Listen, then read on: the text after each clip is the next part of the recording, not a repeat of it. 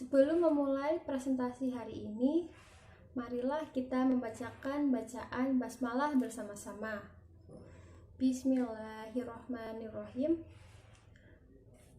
Perkenalkan, nama saya Dwika Pricahyani, NIM 192110051 dari kelas PPSI 2B. Perkenalkan, nama saya Aulia Diska Faradina dengan NIM 1921107. Kali ini, kelompok kami akan membahas tentang pelafalan dalam membaca nyaring. Sebelumnya, apa sih membaca nyaring itu? Membaca nyaring adalah kegiatan membaca dengan menyuarakan bacaan. Nah, apa sih membaca nyaring tersebut? Membaca nyaring adalah kegiatan membaca yang menyuarakan tulisan yang dibaca menggunakan ucapan dan intonasi yang tepat. Hal ini dilakukan agar sang pendengar atau pembaca dapat memahami maksud sang penulis, baik berupa pikiran, sikap, perasaan, atau pengalaman si penulis. Nah, selanjutnya kita akan memahami tentang apa sih lafal itu. Lafal adalah Pengertian lafal. Lafal adalah pengucapan bunyi bahasa atau bisa disebut dengan pengucapan. Contohnya, membacakan teks UUD 1945, membacakan teks proklamasi, membacakan teks doa, teks Pancasila, puisi, dan lain sebagainya. vokal adalah bunyi ujaran yang terjadi dari paru-paru karena udara yang keluar tersebut tidak mendapat halangan. Contohnya A, I, U, E, O, dan E. Lafal vokal dibagi menjadi 3 jenis. Nah, apa sih ketiga jenis vokal tersebut?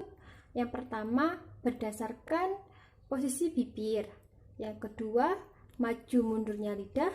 Yang ketiga adalah tinggi rendahnya lidah. Yang pertama, A. Posisi bibir.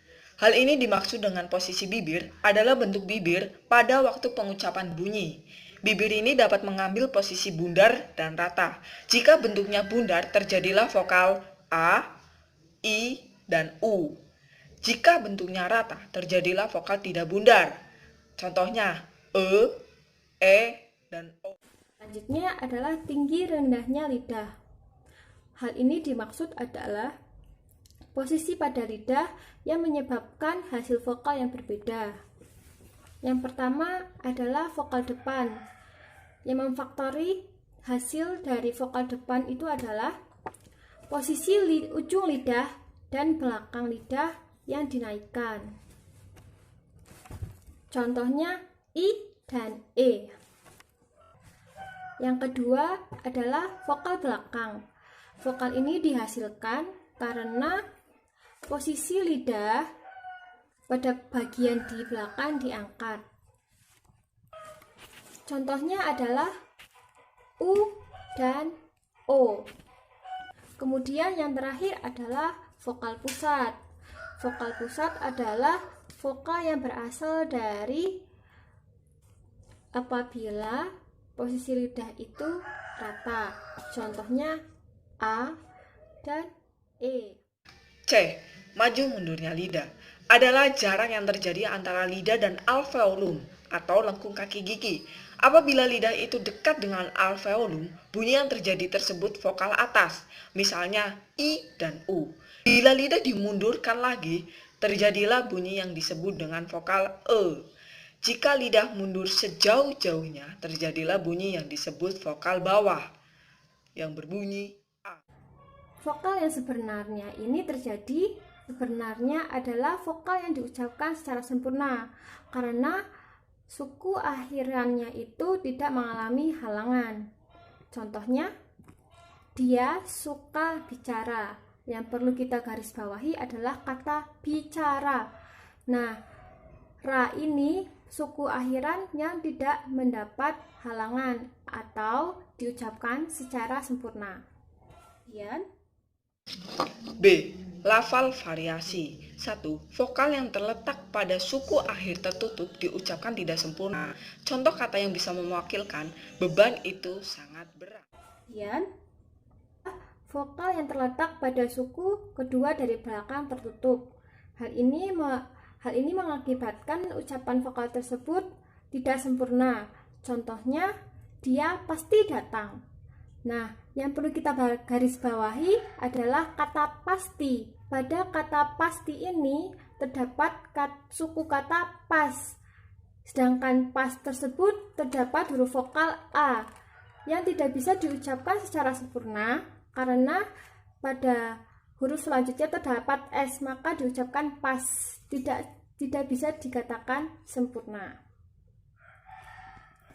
Nah, 3. Vokal yang terletak pada suku kedua dari belakang terbuka yang diikuti suku akhir yang tertutup diucapkan kurang sempurna. Contohnya, cahaya fajar telah memancar.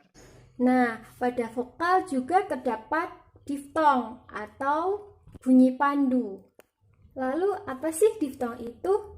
Diftong adalah dua vokal berurutan yang diucapkan secara bersamaan atau dengan satu kesatuan waktu. Contohnya, amboy.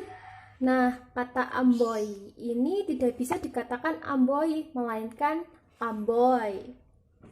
Kemudian ada pantai. Nah, tidak bisa dikatakan pantai, tapi dikatakan pantai. Lalu ada kata kerbau. Nah, kerbau ini tidak bisa dikatakan kerbau, melainkan kerbau.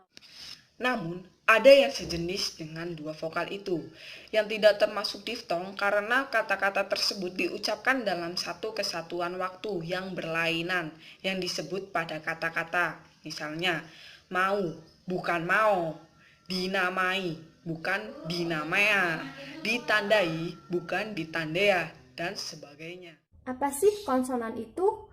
Menurut Kraft, konsonan adalah bunyi ujaran yang terjadi karena ada hambatan di saat udara keluar dari paru-paru.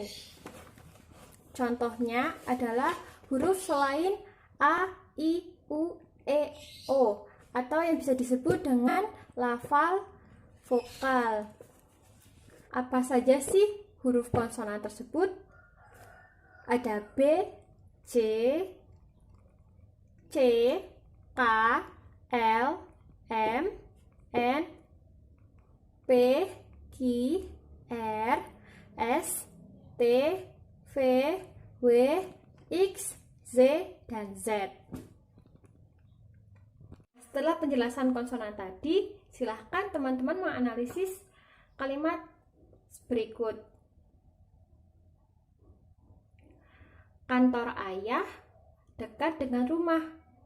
Nah, kalimatnya seperti itu. Silakan ya. Ada pula diagraf, yaitu konsonan berurutan. Contohnya KH, NG, NY, dan SY. Contoh kata yang mewakili khas, bunga, nyamuk, dan syarikat. Nah, manfaat yang terakhir adalah untuk menghindari terjadinya variasi pengucapan kosakata dalam bahasa Indonesia yang dikarenakan oleh faktor pengucapan bahasa daerah maupun bahasa asing. Yang pertama, menghasilkan pengucapan huruf atau kata menurut kaidah bahasa Indonesia. Yang kedua, menghasilkan standarisasi pengucapan bahasa Indonesia sebagai identitas bahasa Indonesia. Mungkin hanya itu saja yang bisa kami sampaikan. Jika ada kesalahan, mohon dikoreksi.